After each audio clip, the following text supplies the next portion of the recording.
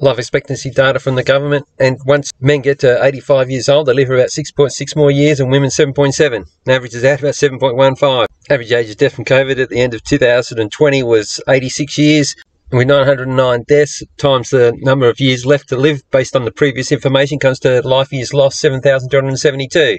Deaths at the end of 2021 minus the 2020 deaths comes to 1,330. Average age of death is 82, so rounded up to 12 just to be very generous because it's a lower figure. It comes to about 15,960 life years lost. Just note at the bottom, reiterating what the correlation in the statistics as far as the jabs and the rising cases and therefore people dying with it.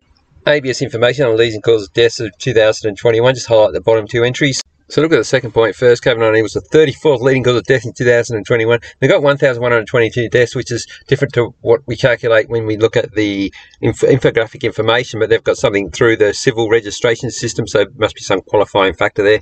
But we proceeded with caution and went with a higher figure. Let's highlight the top one there. Suicide was the 15th leading cause of death, and the average age of death is 44.8.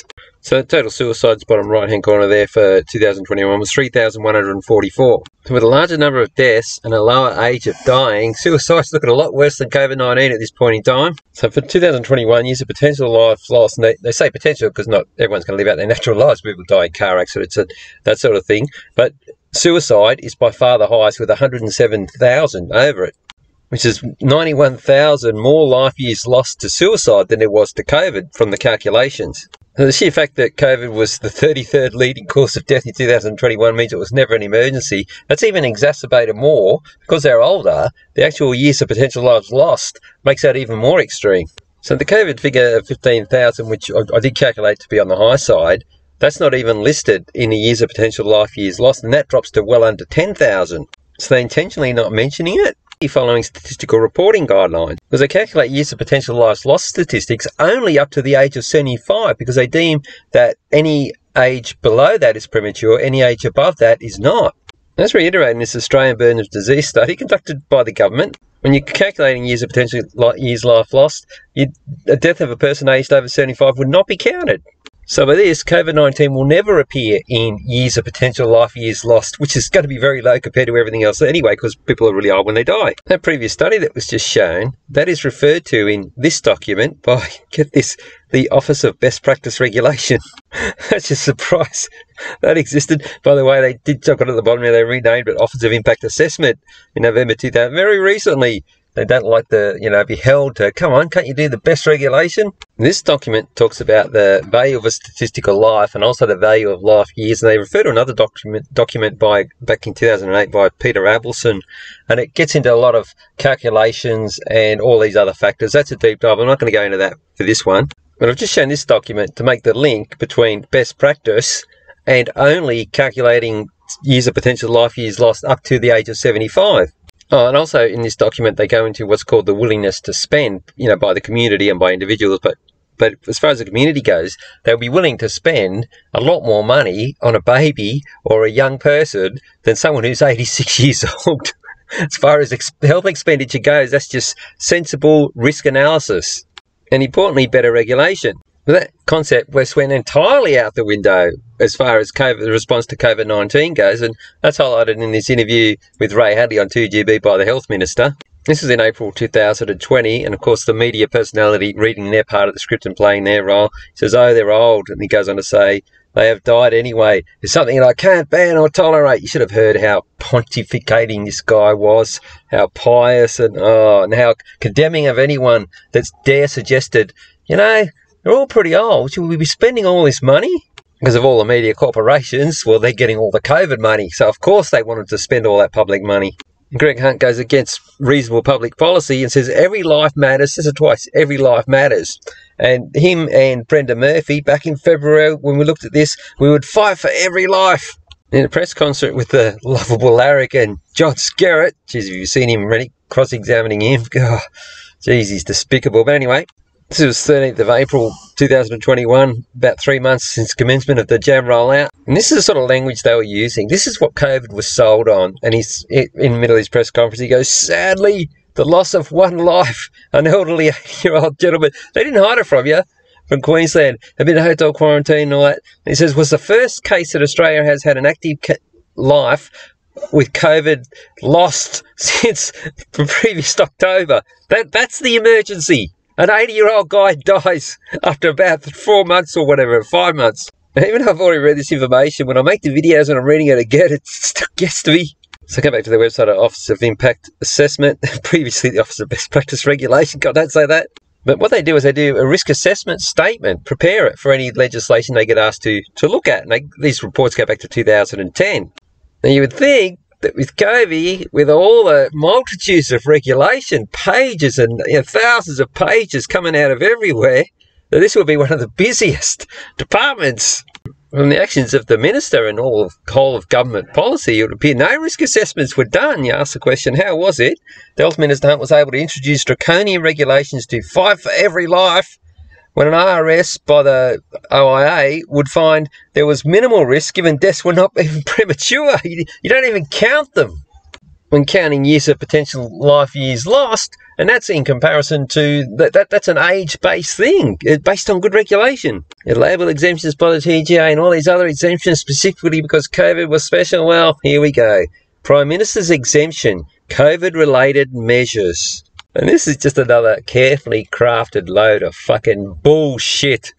Due to truly urgent and unforeseen events related to the spread of COVID-19. Nobody had died by the time this had come out.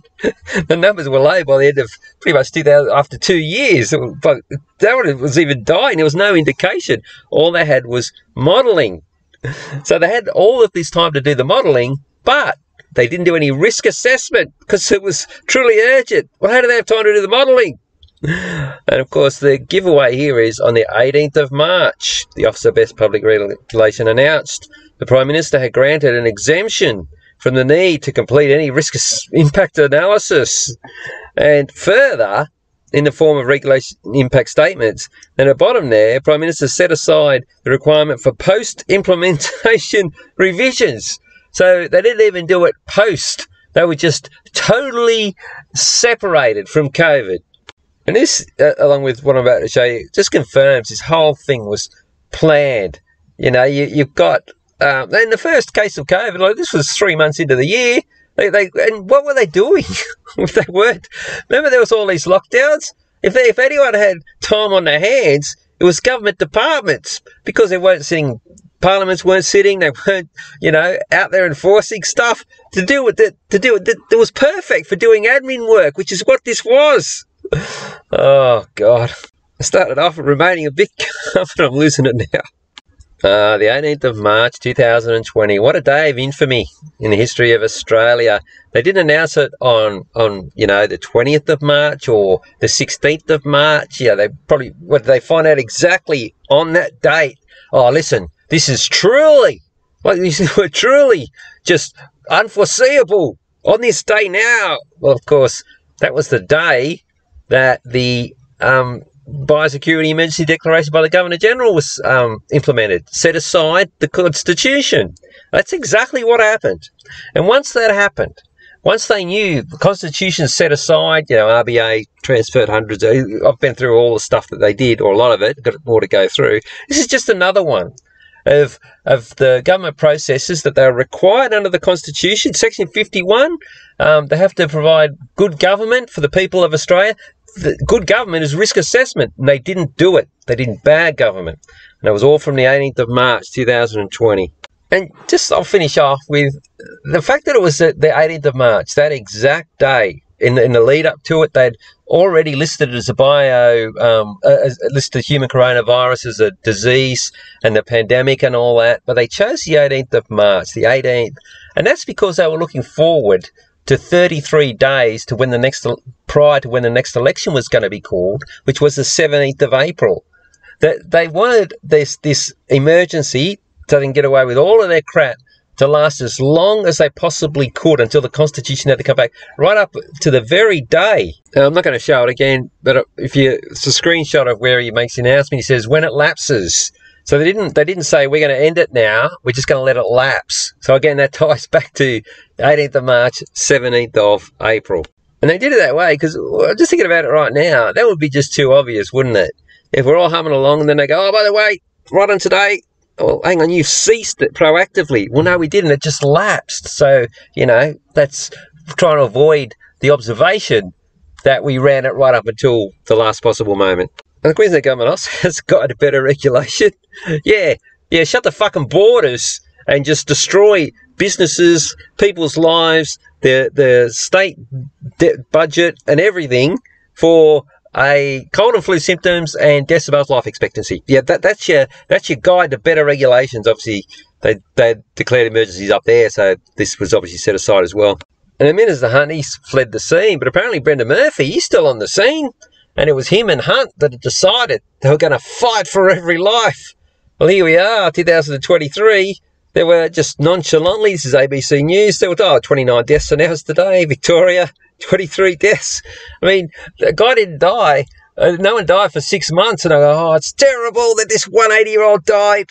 If Hunt was still there, you could ask him his number. You could ask Brendan Murphy, oh, what you fighting for these 29 lives that died in one day? No, it's going to ran on for a bit longer. If you had enough, I think I made a few points. I hope people got something out of this one. All right, that's it.